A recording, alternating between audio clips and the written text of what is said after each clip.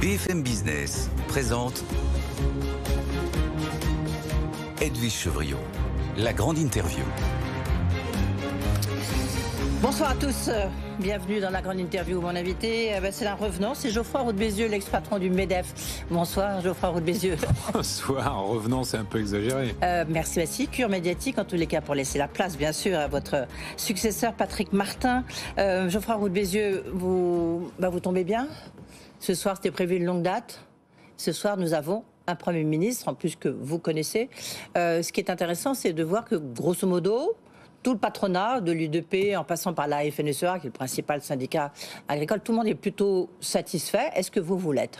Oui, bien sûr. D'abord, le fait d'avoir un Premier ministre, non pas qu'il ne fallait pas prendre le temps pour le choisir, mais enfin, on a un budget à voter dans quelques semaines. Après, Michel Barnier, c'est quelqu'un d'expérience. Moi, je ne croyais pas du tout à la piste société civile, parce que dans le contexte très compliqué, il fallait un professionnel, quelqu'un qui connaît bien tous les sujets, qui connaît bien l'Europe. On est sous procédure européenne, procédure de sanctions, donc il va falloir négocier. Donc je pense que c'est la bonne personne au bon moment. Oui, en même temps, c'est quelqu'un. Il faut attendre un peu le gouvernement, parce que là, on en est au tout début. Bon, ça a été très compliqué. Espérons que ça sera un peu plus simple pour le gouvernement. Je dirais la même chose. Je suis pas sûr qu'il faille se précipiter. Il faut trouver un gouvernement qui rassemble. Il faut essayer de déborder des LR qui n'ont que, je sais pas, 50 ou 47 députés, je crois. Je ne sais pas qui va choisir. Je pense qu'il faut renouveler le gouvernement quand même. Il faut changer Bercy, il faut changer tout le monde. Alors, je ne sais pas à moi de le décider, mais il me semble quand même qu'il y a un message de renouvellement qu'il faut entendre. Et en même temps, il y a des urgences, et notamment le budget. On a très peu parlé des 25 milliards d'économies qui sont attendus pour le budget 2025, mais c'est très compliqué. Et le faire sans hausse d'impôts, c'est encore plus compliqué. Tout le monde va évidemment crier, défendre sa niche fiscale, son crédit d'impôt. Ça a déjà commencé. Ou sa demande, oui, ça a déjà commencé. C'est un grand classique. Donc, j'allais dire, je salue le courage de Michel Barnier de s'attaquer à cette tâche extrêmement difficile. Mais en même temps, il est vrai qu'il y a urgence. Je recevais le président de la CAPEB dans le bâtiment. La crise, elle est là. Le logement, c'est une véritable catastrophe. Les agriculteurs aussi se prennent une crise dans le blé sans précédent. Ils n'ont jamais vu ça depuis 40 ans. Enfin, on voit qu'il y a des urgences partout. Donc, oui, partout, les économistes... Partout, peut-être pas. Ça va être difficile à trouver. Non, mais dans les aides aux entreprises. Soyons justes. L'économie française ralentit, mais elle ralentit moins que l'Allemagne, par exemple. L'effet JO est quand même là. Donc, il y a des secteurs qui se portent correctement. Il y a les urgences que vous étudiez. Alors, le bâtiment, la promotion immobilière. En fait, ça commence par la promotion, les logements neufs. Il faut faire repartir surtout ça. Là. Mais là, il y a des choses assez simples à mettre et qui peuvent d'ailleurs se faire par décret. Il se trouve que le gouvernement précédent, le président de la République aussi, il faut le dire, jamais été passionné par le sujet. Surtout Là, les fédérations, oui, tout à fait, les fédérations professionnelles ont pas mal de projets. Ça, c'est peut-être un des premiers, en tout cas sur le champ économique, un des premiers sujets sur lequel Michel Barnier pourra agir. Pour vous, ce qui vous rassure, quand je dis vous, c'est un vous global, parce que vous incarnez quand même le patronat, Geoffroy Roux de Bézieux. C'est le fait que vous espérez que la politique... Au moins, c'est quelqu'un qui connaît l'entreprise. Il a fait Subdeco au Paris. Il a été chez Biomérieux, chez Alain Mérieux. Donc, vous espérez, vous pensez que la politique de l'offre, elle ne va pas être remise en cause ? D'abord, vous avez raison, c'est quelqu'un qui est plutôt pro-entreprise. En tout cas, il se caractérise par un support à l'économie de marché, même si c'est plutôt un gaulliste social. Donc, il est aussi c'est un gaulliste, donc partage de la valeur, partage des profits, etc. Mais qui est plutôt une bonne chose pour moi. La deuxième chose, c'est l'expérience. Moi, je crois qu'on a besoin de quelqu'un d'expérience. La situation est quand même tellement spéciale que là, les années, qui peuvent être un handicap dans certains cas, sont plutôt un avantage. Puis après, sur la politique de l'offre, parce que la politique de l'offre, c'est toujours un peu mystérieux. Ça consiste en quoi ? Ça consiste à essayer d'augmenter la quantité de travail du pays. Et notamment, et le point central, qui est quand même le nœud de tous ces 2 mois, c'est la réforme des retraites. Oui, il y a ça, évidemment, mais il y a aussi la réforme de la fiscalité qu'a faite Emmanuel Macron et qui est largement remise en cause, notamment à gauche. Oui, parce que c'est ça la politique de l'offre. C'est d'abord des baisses d'impôts considérables. C'est les deux, attention, c'est les deux. C'est la quantité de travail et une fiscalité raisonnable, compétitive en Europe, pas une fiscalité de paradis fiscal, et stable. Et donc, ce qu'on peut espérer effectivement avec Michel Barnier, c'est que les baisses d'impôts qui ont été faites dans les 7 dernières années ne soient pas remises en cause. Par contre, soyons sans illusion. il n'y aura plus de baisse d'impôts, parce que malheureusement, le déficit, le budget de la France ne le permet pas. Est-ce que vous vous attendez, parce que là, je veux dire, vous l'avez dit vous-même, il faut trouver 25 milliards d'économies l'année prochaine. Il y a deux volets possibles. On augmente la fiscalité tout de suite, ou alors on fait des économies tout de suite. Enfin, on les met en œuvre tout de suite. C'est laquelle piste vous favorisez? Je ne vais pas vous surprendre en vous dire qu'on est plutôt sur les baisses de dépenses et les économies, mais ouais, j'allais vous le dire, c'est pas facile, sinon quand même on l'aurait fait. Donc les 25 milliards, il y a des suggestions qui ont été faites par certains organismes type IGF, Cour des comptes, il y a d'autres suggestions qui ont été faites par Bruno Le Maire, par Bercy, enfin ou du moins ses équipes. C'est un peu des deux. On peut espérer aussi, n'oubliez jamais que les recettes fiscales, il y a le taux, et puis il y a l'assiette fiscale. Si on fait de la croissance, les recettes fiscales augmentent. Et là, d'ailleurs, une raison du déficit supplémentaire cette année, c'est la baisse des recettes de TVA. Donc, la confiance que peut inspirer Michel Barnier, le fait que, ça y est, on a un gouvernement, peut aussi permettre à des décisions d'être prises. On est un peu quand même depuis 2 mois, même depuis le 9 juin, en fait, en réalité, et depuis la dissolution, dans une période un peu de gel. De grandes décisions. Enfin, les investissements ont été gelés, les embauches ont été gelées. Ça, on peut espérer que ça reparte, et ça crée de la croissance. À la fin des fins, Bercy, c'est jamais que, j'allais dire, une espèce d'agriculteur qui récolte tous les ans ce que les entrepreneurs sèment. Et donc, on peut espérer une bonne récolte. Est-ce que, malgré tout, vous pensez que, notamment, sur un ISF vert, parce qu'il faut bien financer cette transition écologique, en plus, ça peut séduire la gauche, notamment Jean-Luc Mélenchon, qui est très sur la transition écologique, en disant que c'est vraiment un de ses chevaux de bataille. Ça peut permettre, puisque c'est un grand négociateur, on le dit depuis tout à l'heure sur BFM Business, ça peut permettre une forme de coalition, d'agrégation. Je ne sais pas ce qu'il a en tête, et je ne vais pas répondre à sa place. Je pense simplement que l'ISF vert, c'est un peu une escroquerie intellectuelle, parce que comment vous allez déterminer un contribuable si ses investissements sont verts, pas verts? Enfin, la labellisation, elle est très difficile à faire. Donc malheureusement, l'impôt sur le capital, qui est au fond beaucoup plus un symbole qu'une efficacité économique, c'est un enjeu de politique. Le programme du NFP avait un ISF à 15 milliards, c'est complètement délirant. La première année, ça rapporte peut-être 15 milliards, mais je peux dire que les années suivantes, c'est fini. Parce que les capitaux auront fui, tout simplement. Le capital, c'est mobile. Mais est-ce que ça vous paraît compatible, malgré tout, avec votre pensée économique, on revienne un peu sur cette flat tax? Alors, je vais dire quelque chose. À 35%. S'il y avait un espèce d'appel à l'effort de guerre, j'allais dire, qui comprenait des économies significatives sur les dépenses publiques, s'il y avait, vous voyez, toute une série, et si on demandait au patrimoine de contribuer, ça peut s'entendre, mais ça peut s'entendre que dans un cadre d'un effort énorme pour redresser le pays, qui aille au-delà des 25 milliards dont on parle. Donc, on va voir et attendre ce que propose Michel Barnier et son gouvernement et son ministre de l'économie. Sur la question des aides aux entreprises, est-ce que vous êtes d'accord quand même qu'il y a un problème de conditionnalité des aides? Non. C'est quoi, c'est 140 milliards à peu près, c'est ça? Alors d'abord, je réfute le mot aide aux entreprises parce que ce sont des crédits d'impôt qui viennent parce qu'on paye beaucoup trop d'impôts. En fait, finalement, si on repartait à zéro, nous, on ne demande pas ces crédits d'impôt. On demande juste une fiscalité lisible et simple. À chaque fois, on a mis une rustine qui est le crédit d'impôt recherche, crédit d'impôt innovation, l'aide à l'apprentissage, parce que le coût de produire en France, c'est trop cher.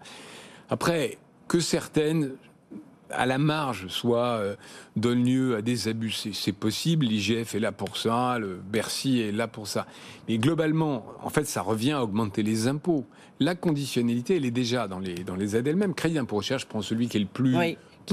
Qui va peut-être justement être mise en cause. Il faut faire des recherches. Il faut faire de la recherche. Oui. Et d'ailleurs, il y a des remises en cause. Les entreprises, elles dégagent beaucoup de marge, donc vous pouvez très bien les financer. Elles ne dégagent pas beaucoup de marge. Mais évidemment, ça dépend des secteurs. Non, Edwige, vous le savez, elles dégagent moins de marge que leurs compatriotes européens. Ça dépend où en moyenne en France, je prends la moyenne.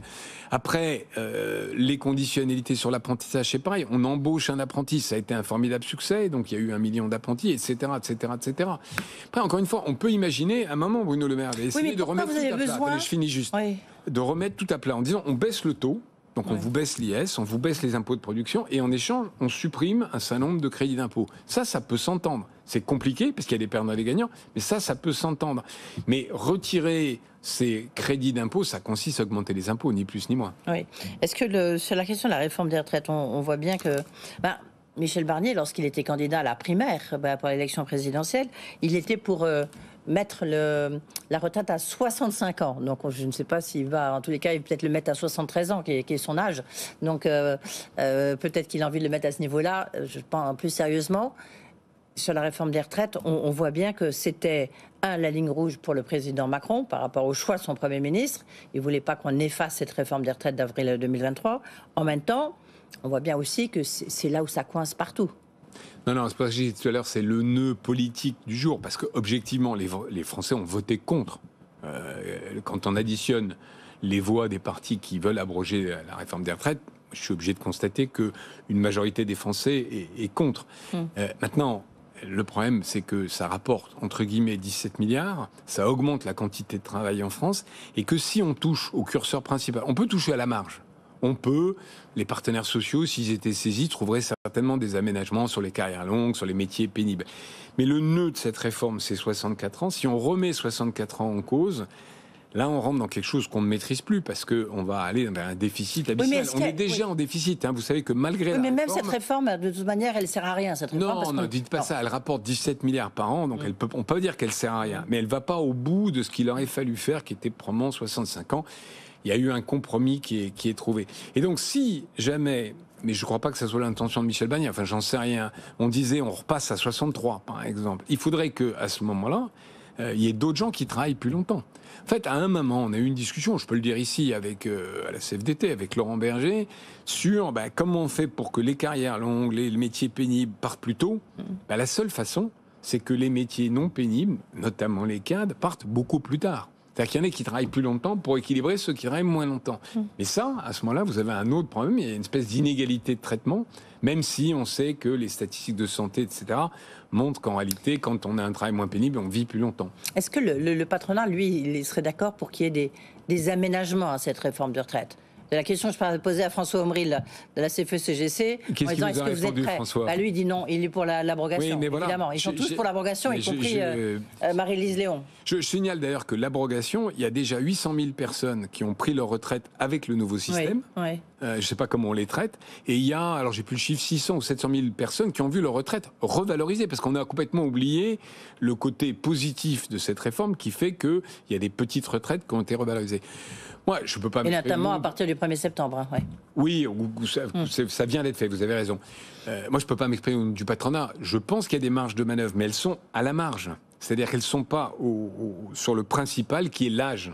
Elles peuvent, encore une fois, je l'ai un peu dit, les carrières longues, les métiers pénibles, on peut à la marge les traiter. Ce que disait, je crois, François Bayrou dans un interview la semaine dernière. Mais pas le principal. Et comme vous l'avez dit, les syndicats sont... tort ou à raison, arc-bouté sur une suppression de vous avez un candidat pour Bercy ? Oh tiens, j'en profite. Votre nom a été cité, Geoffroy Roux de Bézieux, pour être ministre, voire Premier ministre. Le président du MEDEF à Bercy, je ne suis pas sûr que ça fasse... Nous sommes d'accord. L'unanimité. Ouais. Non, moi il faut laisser aux professionnels la politique. Je sais que c'est facile de critiquer, mais c'est un métier d'ailleurs. C'est pour ça que Michel Barnier est mieux qu'un candidat de la société civile. Laurent Berger... Même s'il est un peu à cheval entre les deux quand même. C'est pas un politicien, quoi. Vous avez raison, il connaît peut-être mieux le milieu de l'entreprise. Donc non, c'est pas ma vocation. Et donc, est-ce que vous avez un candidat, un candidat, une candidate, peut-être, on peut toujours rêver. Oui, une candidate. Non, moi, je n'ai pas de candidat. J'ai une politique qu'on souhaite défendre, qui est la stabilité fiscale, parce qu'elle est très importante pour les investissements. Elle a permis de créer quand même 2 millions d'emplois dans ce pays. Et voilà, après, à la personne choisie de le mettre en œuvre. Est-ce que vous vous dites par rapport à Patrick Martin, aujourd'hui, qui préside le MEDEF, que vous avez eu de la chance, parce que pendant votre présidence, vous aviez un président de la République française qui était quand même très, très pro-entreprise. Oui, je ne sais pas si j'ai eu de la chance. J'ai eu quand même le facile. Covid. Oui. C'est un peu particulier. Oui. Faut quand même se souvenir l'économie qui la guerre s'arrête, en Ukraine. La guerre en Ukraine, 2 réformes des retraites à gérer. Donc chacun a son mandat, chacun a ses difficultés. Oui. Pour vous, qu'est-ce qui va être pour les entreprises, qu'est-ce qui va être le plus, comment dire, c'est pas dangereux, mais le risque le plus important qu'elles ont devant elles? Est-ce que c'est c'est l'instabilité politique, la visibilité en France, ou est-ce que c'est l'instabilité géopolitique?